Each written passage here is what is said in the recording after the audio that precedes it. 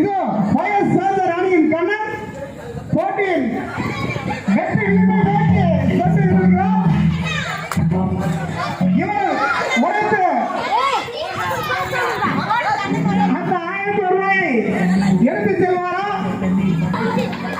தயவு செய்து போட்டி குச்சியை மட்டும் தயவு செய்து விட்டு கொடுத்தது போல உழைத்து விடாதீர்கள்.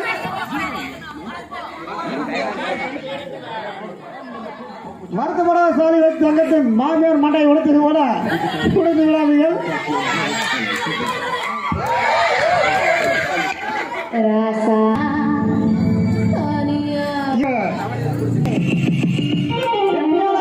தெரியாத தருணத்தில் இதை தன்னால் முடியும் என்று தன்னை உழைத்து விடுவாரா?